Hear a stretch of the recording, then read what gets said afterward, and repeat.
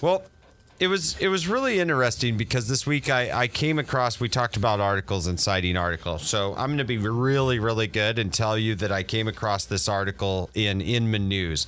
It's written by a real estate broker named Annette DeSico. Okay. And so she wrote this article, and I saw the headline, and I went past it, and it says it said the top 10 traits to know that you're working with an inexperienced agent. And it was targeted at other real estate agents so that they could identify that and then make a decision in the transaction. And, I skipped by it, and then I went back to it because this last week we probably had 4 or 5 things happen, which just makes me my receding hairline get worse. And look at because I'm just I can't believe this is happening in a transaction. And sometimes it's either with an inexperienced agent on the other side or a new agent that doesn't have the proper mentorship. And I said, you know what? This is actually probably a good topic for the radio show and for the consumer in case they're feeling like they're seeing some of these red flags. And so I jumped back into the article and I said, okay, this is going to be a fun top 10 list to look at. And as I went through it, I was like, oh man, in 1 week, I think I had examples of 7 of the 10. And so I'm like, okay, let's talk about this. And so the number one thing that this article talks about that knows that you're potentially working with an inexperienced agent, and that was poor contract skills. And I could not agree with this more. And so one of the things that I talk about and I've always coached my team on is every single transaction that we go in with the mindset, and it's too bad that we have to do this, but we go in with the mindset of we're going to have to do both sides of the transaction. Even if that other client has an agent, to get this to the closing table, we're going to have to deal with both sides of the transaction. And, if we happen to get a great agent on the other side, it's always just a breath of fresh air, and we don't have to do that. But I find that many, many times that we do that, it also serves our clients better because we just know those things are happening. So maybe that means I'm a control freak, probably. But it helps them get to the finish line. So when we experience poor contract skills, like just this week, a great example that I had this week was we had a listing and it was on a septic. And it's in the MLS that it's on a septic. Any agent that shows the property should know that's on a septic. We get a contract on it. It's missing what is called a septic addendum. Any property that is on septic should likely have a septic addendum. And so we don't get that from the agent. Okay. And we start negotiating. And so at that point, you have a decision to make with your seller. You have to talk to your seller and you said, hey, in most cases, 99% of the time, what should have happened is that buyer's agent should have submitted a contract that said the septic's going to be pumped, it's going to be inspected. If it's been pumped in the last 12 months, you'll provide record of that. And so we tell the seller, we're like, it should have been in this contract. But now we've received a contract that doesn't have it. So we could, you could not say anything. And then potentially they end up going under contract without a septic addendum. Now, granted, they still have an inspection addendum, and there's an argument that could be made that something could be done during that inspection time period, but it doesn't really handle all the details. And it was just another example of we shouldn't have had to call our seller and ask them that. And then it's probably, you have to make that decision. It's probably not very transparent if we know about it and they know they should have it. Likely, if we don't handle it now, we're going to have a problem later. So what do we end up doing? We end up doing the other side's job and going back to them and saying, hey, did you notice that it was on septic? Our seller gave us permission to clarify that to you. And, oh my gosh, thanks. Yeah, that's right. I didn't even think about that. So that was just one example in the last couple of days that I had that came down into into the pipeline of what we were looking at there. So is that like, for example, forgetting to tell them you've got an automatic sprinkler system and it's been blown out the last few years? Exactly, like not documented in the contract. That's another great example of not taking the time to make sure that was done, or leaving blanks. Yeah. I mean, I can't tell you how many times where there's a fillable form that has a blank, and some of the blanks automatically default to a certain number of days, but other ones need something put in there. And when it's left blank and not put in there, it creates ambiguity. Ambiguity in contracts, not a good thing at all. So that's a big one. The other thing that we see with agents on the other side of the transaction is what I call an inability to set boundaries. And so when you can tell sometimes when an agent is absolutely getting ran over by their client, where that agent is making ridiculous requests to you. So they're not setting boundaries with their client. Like one is if you're dealing with a builder, a lot of times for safety reasons, builders will say, you can only come to the build site if you've scheduled that through our agent, and we have certain times that you can do that. I've seen agents with buyers where they haven't set those boundaries and they represent the buyer, and the buyer is like on the construction site all the time, and they are calling us and they're like, hey, there was one board that was cut slightly wrong. And then there's water now and it's the middle of a construction zone. All these things are supposed to be done or they're going to be fixed. But because they didn't set boundaries with the clients, it's now causing a ton of friction in the transaction. And so that's another one, is just setting those expectations with their client. That is the big one. Okay, I see this one all the time with clients. This next one is lack of tech savviness. And I will admit there are some things that I struggle with, but there are some things as an agent like you need to know how to do, like how to set up a showing appointment. And I know that sounds very, very basic, but there's amazing technologies that allow agents to make the appointments quickly with the seller. It notifies the agent, it notifies the seller can decline the appointment. And I'll have agents just call me and they'll be like, hey, I have no idea how to use this new system. I need to show the property tomorrow at, 8 in the morning. And so then I'm like, well, man, if you'd used the system, it would know if 8 in the morning is available. It would automatically adjust the schedule if you needed to, and it would notify the seller. But you're certain you don't know how to use that program. And so then, it creates, it can create a lot of issues. Sometimes even down to just like using lock boxes, like being able to use the lock boxes for showing. So, I mean, I hate to put down such simple ones, but sometimes it's those simple ones. So it can really become a bigger problem in transactions, especially than if we rotate to like digital signatures, putting attachments to emails. And so agents have to have a basic level of understanding of this technology. And when you start to deal with somebody that doesn't have it, it makes the transaction way, way more difficult. The next thing from this article that said was not following a process. And so not having a process for things can be a big headache in the transaction. I easily had two examples from last week. One was home warranties, like transactions that had closed and there was supposed to be a home warranty ordered. And so then the client from the other side of the transaction is calling a week after closing, and they're like, hey, we never got a home warranty.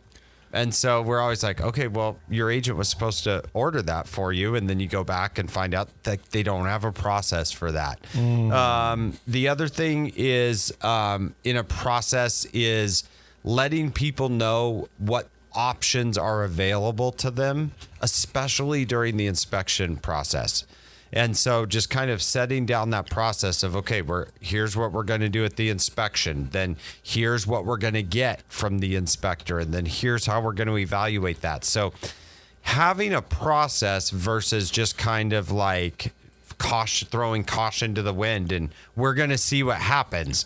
And so it's very, very different when you work in an actual process. And one of the categories that was in this article was just general wrongdoing. That was like one of the categories. And I was like, that's really interesting. Like the other 9 categories, we couldn't have found enough things they were doing wrong. We had to do general wrongdoing. And so I kind of went through and I thought about even this last week of what I had seen on the other side of some transactions. Okay. One of them was like just rooms that were listed as bedrooms that like clearly were not bedrooms. Like they did not have an egress window. I don't even think one of them had a window at all. Oh. And I'm like, this is not like in the bedroom count. Like, and so then you show up with buyers and you're like, what are we doing here? And so that was one. And then another one where a buyer had just told me, they're like, man, I've looked at 10 houses with another agent. And so my mind clearly says, they tell me that. I'm like, well, okay, so like you obviously have an agent. So I'm assuming like, what does your buyer brokerage agreement say with them? I probably can't help you because you're probably under a buyer. Oh, no, we never signed anything with them. And I'm just like, you got to be kidding me. Like forehead slap. Like there can't be agents out there doing that, but obviously there are because we, run into these things. And so that general wrongdoing is definitely one of those signs. The other thing we run into sometimes is what I call poor negotiating skills. And that is where you're working to put a deal together with the other side, and they do things in the transaction that just don't help move the process along. For instance, a good example of that is like, say you have a house that's listed at like $300,000 and you get an offer for, or let's say it's listed at $320,000. You get an offer for $300,000. And so then the seller's like, man, I can't do that. But you know what I can do is, in this case, I'd be willing to meet him in the middle and I'd be willing to do 310. So you counter back at 310 and then you get a counter back from the other agents that's like, oh, you know what? If we're going to do 310, we're going to want $10,000 in buyer's closing costs, which is basically to the seller the exact same offer that you gave us that we already said no to. Like it doesn't help the process move along anywhere. And sometimes we'll get these like with no explanation at all. Like, and so, like what was your intent in that situation? And so if you're not explaining that to the other side or you're not having some open dialogue with the other side, well, it can make, it just can make a deal fall apart for really no reason. Like sometimes there's a deal in front of you and they're just not explaining it properly to the other side. So poor negotiation skills are one of those things that we absolutely see in that situation. The other thing that we have in the industry that is called lack of pre-selling.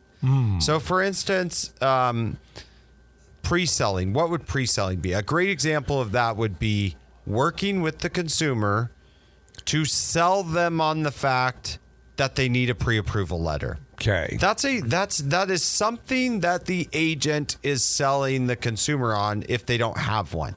So the consumer comes and the consumer, hey, I really want to go look at houses. And as an agent, you would say, an experienced agent would be like, great. Well, are you going to be getting a loan or paying cash? Well, we're going to get a loan. Okay, great. Have you gone through the process to get pre-approved? No, we're going to find the house first and make an offer, and then we're going to do that. I've seen inexperienced agents say like, okay, that sounds great. Get in my car, and then you drive around and then you get something under contract. And you're like, oh, no, they said they're fine. It's good. We'll get the pre-approval letter to you tomorrow. And they can't qualify for the house, and so they've wasted the time of that agent. They've wasted the time of that seller, and then they couldn't buy the house in the first place. And I tell you what, if a seller's selling their house and they take the time to clean it up for a showing, and then you show it to somebody, and then they take the time to negotiate, and then they find out 2 days later that the buyer that showed their house was $150,000 short of qualifying for it, how do you think that seller feels? They're not going to be very happy. They're not going to be very happy. They're going to be mad at their agent. They're going to be mad at us for not doing our job. So lack of pre-selling is a big one, a very, very big one. The next thing on the list is displays of unprofessionalism. So certain things, I immediately had an example of this over the course of the last 2 weeks. One of the things is that it is generally an accepted policy that when somebody is in a house that a real estate agent lets them into, you are responsible for that person inside the home if they're not a licensed agent themselves. So a great example of this is contractors that are let into a home or home inspectors that are let into a home.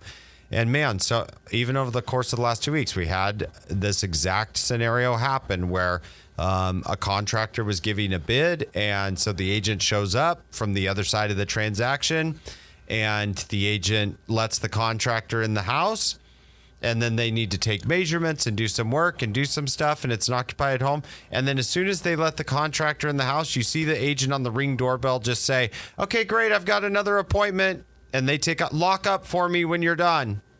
And they leave that contractor in the house unsupervised. Wow. And we can see this on the Ring doorbell and hear this interaction take place. And so you're just like, it's very, very unprofessional. So displays of unprofessionalism like that is as a sign that we're dealing with an inexperienced agent in those cases. And then the last big one on the list, there's two, but number 9 is limited understanding. Like understanding the difference of like what is something that is cosmetic versus something that is like truly a defect. Yeah. Or if you're walking through a house and you notice something that is wrong, but your buyer, wants to address it, but you're like, no, we can just address that during the home inspection. And so you don't take care of it up front because you just don't have an understanding of what's going to happen in that process. And that really combines with what I call transaction mismanagement. And that is following contingency dates. When are dates due in our contract? When do we have to have forms in? When do we have to have inspections done by? And really keeping track of those dates. It's all transaction management. And if you get 5 or 6 deals going, sometimes we see inexperienced agents become overwhelmed in that situation. Mm-hmm. And that's when deadlines are missed. And sometimes there are certain transactional deadlines that if missed can have grave financial consequences. So, yes, like torpedo the deal. Torpedo the deal or cost the client the ability to negotiate on the inspection, mm-hmm. Or put their earnest money at risk. I mean, there's hundreds of these situations. So if you feel like you're not getting the service you need in that situation, from an agent, I would say, number 1, ask the agent that is happening with if they have a mentor or somebody else that can help them in that transaction. And if you're not in the transaction and you're seeing some of those red flags, we would be happy to interview for the job. We have years and years and years of experience on our team, mentorship opportunities that we give newer agents in that situation as well. And so I think I can't really steal a tagline from another company, but there's one that talks about, we've seen a lot of things. Yes. And so in general, we will have something to relate that back to, and that experience level can help. You can always go to kenmoreteam.com, shoot us a message, and ask us a question, and we will be right back here next week.